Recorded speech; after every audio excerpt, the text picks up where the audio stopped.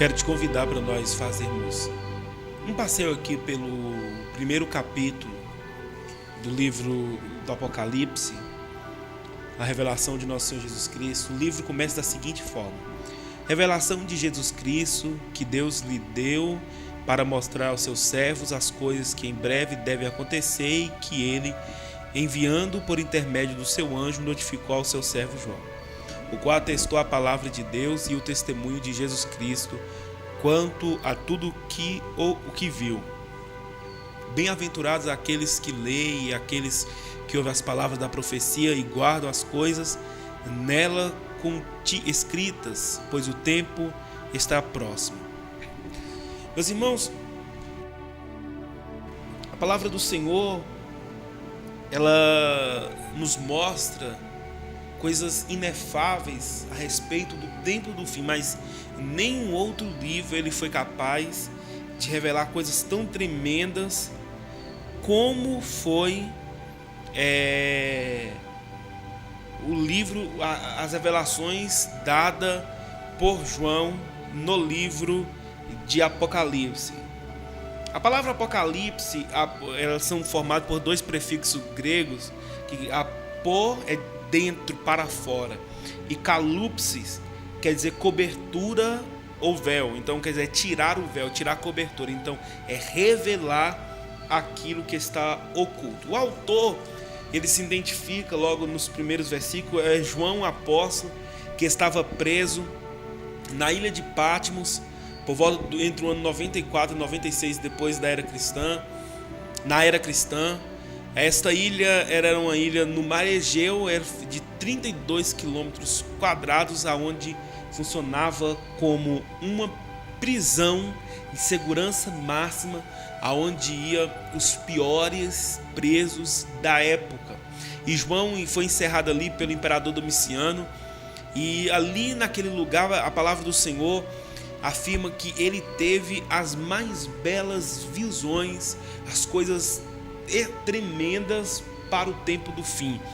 Sempre, irmãos, a gente vê pessoas falando que não gostam de estudar Apocalipse, que não gostam de ler o Apocalipse, mas porque eles sentem medo. Eu vejo, desde quando eu era católico, eu vi os cristãos falarem que sentem medo de ler o Apocalipse. Só que se nós lermos com um olhar de esperança em Cristo, não há motivo para temor, não há motivo para medo, porque veja bem, os dois temas centrais do Apocalipse é a glória de Cristo e o segundo tema é que Jesus tem o controle da igreja e da história. Então, primeiro, ele mostra não a vitória do mal, parece que a gente vê só as catástrofes, né? Mas o que mostra é a vitória de Deus, final de Jesus. E depois mostra que Jesus sempre teve o controle da igreja e o controle da história. Então tudo está no controle dele. Esse livro ele é recheado de analogias, de figuras, mas o que Deus revela para nós nesse livro é que haverá um tempo, e o tempo sem dúvida já começou, em que todas as coisas serão julgadas em Cristo Jesus, por Cristo Jesus, pelo Evangelho, e que o destino eterno dos maus é de sofrimento, mas o destino eterno dos bons é de alegria e gozo na presença de Deus. Esta visão ela tem início no domingo. A palavra do Senhor vai dizer que João falou assim: eu achei meu espírito no dia do Senhor e ouvi por detrás de mim uma grande voz como de trombeta. O dia do Senhor para os cristãos tem um sentido especial, porque é o dia em que Cristo venceu, é o dia da vitória, é o dia da esperança, porque a própria palavra de Deus, Jesus falando: olha, se eu vivo, vocês também viverão. Então, porque Cristo vive, nós também vivemos. Então, o significado dessa profecia ter começado, justamente as visões começadas no dia do Senhor, ela traz aí para nós um significado muito especial de vitória e de esperança. A palavra do Senhor, a partir do verso 11, diz o seguinte: o que vês, escreve em livro E manda as 7 igrejas: Éfeso, Esmirna, Pérgamo, Tiatira, Sardes, Filadélfia e Laodiceia. Voltei-me para ver quem falava comigo, e voltando vi 7 candeeiros de ouro. Esses 7 castiçais e 7 candeeiros representam as 7 igrejas. E no meio dos candeeiros, ou seja, no meio das igrejas, um semelhante a filho do homem, com vestes talares. Essas vestes talares, irmãos, representam que Cristo é o sumo sacerdote. E cingido à altura do peito com uma cinta de ouro, e representa Cristo como o Rei do Universo. A sua cabeça e cabelos eram brancos como a alva lã, como neve. Essa cabeça e cabelo branco representa a divindade, a santidade, a eternidade, a honra, a sabedoria e a dignidade de Jesus. E os seus olhos como chama de fogo, ou seja, os olhos que tudo vê, representa a onisciência do nosso Mestre. Os pés semelhantes ao bronze polido, como refinado numa fornalha. Esse bronze representa a força e a estabilidade. A voz como voz de muitas águas, representando a palavra e o julgamento. Tinha na mão direita, primeiramente, tinha o quê? 7 estrelas. Né? O que são as 7 estrelas? Né? A palavra do Senhor revela para a gente que são os anjos das 7 igrejas. Quando a palavra no grego original, essa palavra tinha, ela representa conserva. Então, quando o João falou assim, tinha nas mãos as 7 estrelas, dizia, conserva nas mãos as 7 estrelas. E as 7 estrelas são igrejas, ou são líderes da igreja, o anjo da igreja. Então quer dizer, Jesus tem na mão os seus servos. Os servos do Senhor estão em suas mãos, né?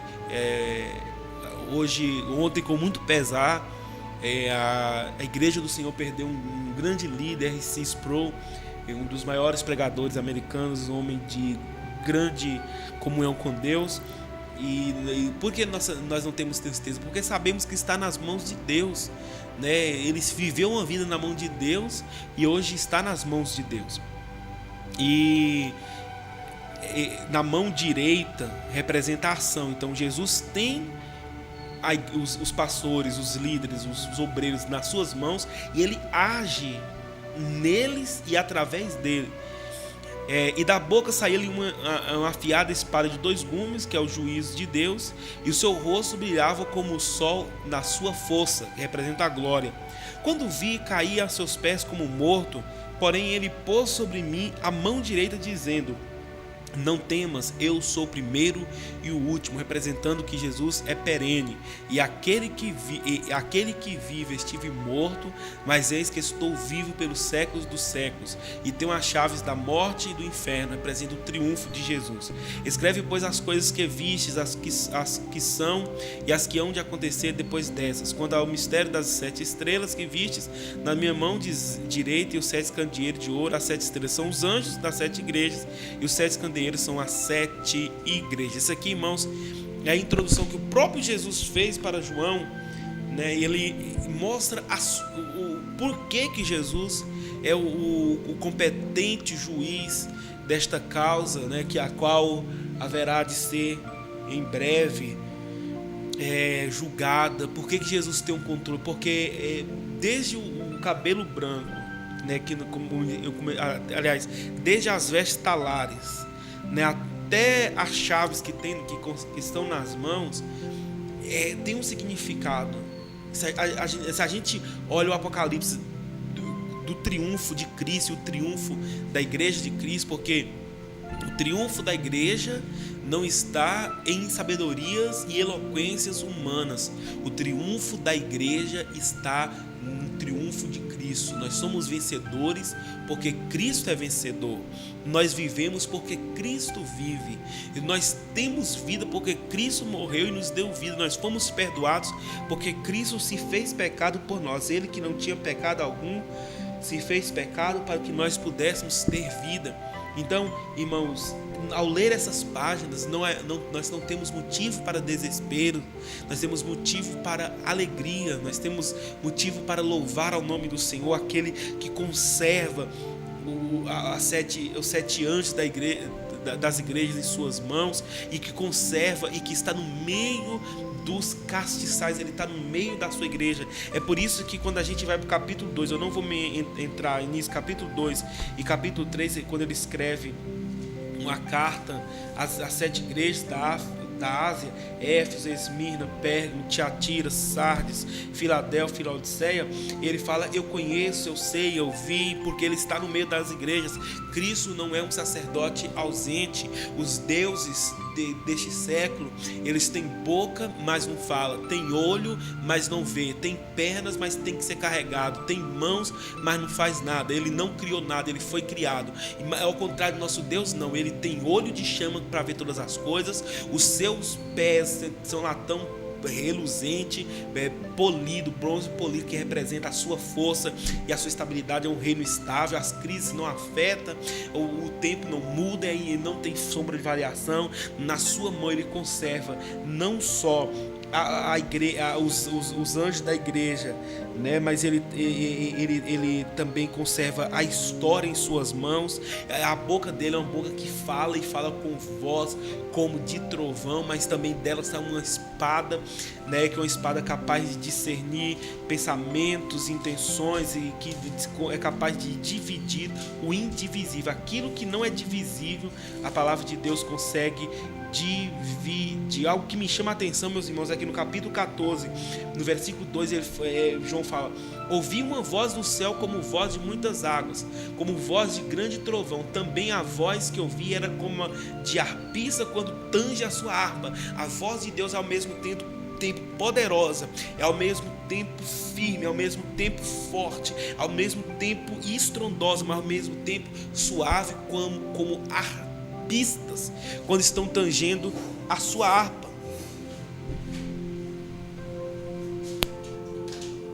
Isso quer dizer o que, irmão Ed? Que a voz de Deus, ela traz temor, mas também traz consolo. A voz de Deus, ela traz, ela faz tremer, mas também ela reergue. Então, quer dizer, meus amados ouvintes, não há motivo para temor. A gente observa com espanto os sinais dos fins dos tempos. Essa semana o Brasil, o mundo foi abalado com notícias de pastores suicidando, com notícias tristes.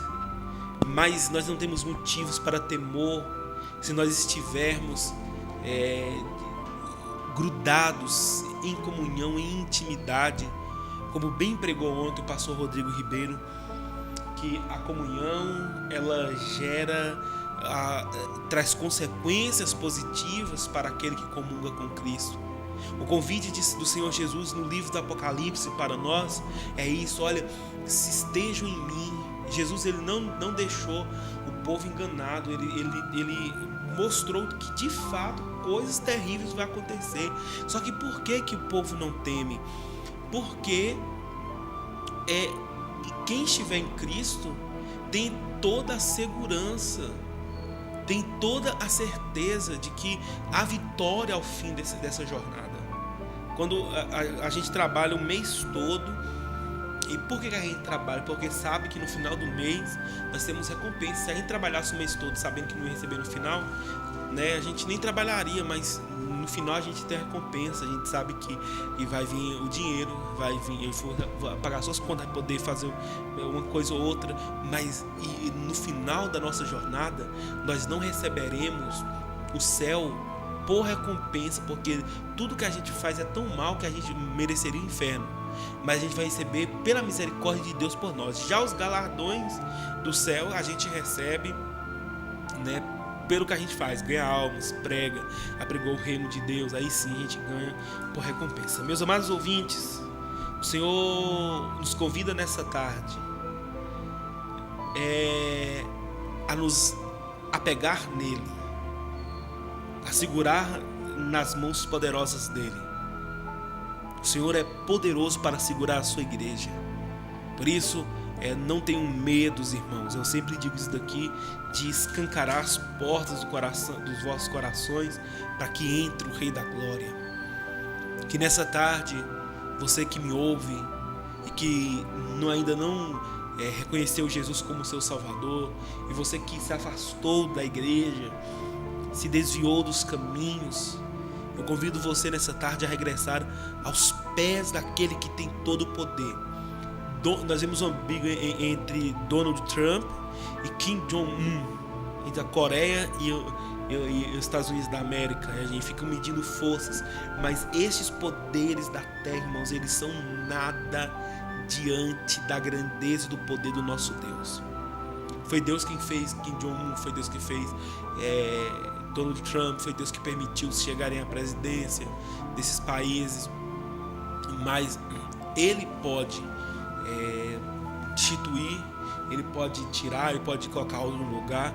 Então não tenham medo, a palavra do Senhor mesmo diz daqueles que podem matar o corpo, mas não pode fazer nada à alma. O nosso temor, ele tem que ser, irmãos, daquilo que pode destruir a nossa alma. Portanto, entregue hoje os seus temores na mão de Deus, entregue a sua vida, entregue o controle da sua vida nas mãos de Deus, confia nele e Ele fará coisas extraordinárias a favor da sua vida. Ele tem um controle da igreja, Ele tem um controle da história, Ele tem controle de todas as coisas. Portanto, sem medo, sem temor no coração, acredita aquilo que diz o hino: porque Ele vive, posso crer no amanhã, porque Ele vive, temor não há. Mas eu sei que a minha vida está nas mãos do meu Jesus que vive está.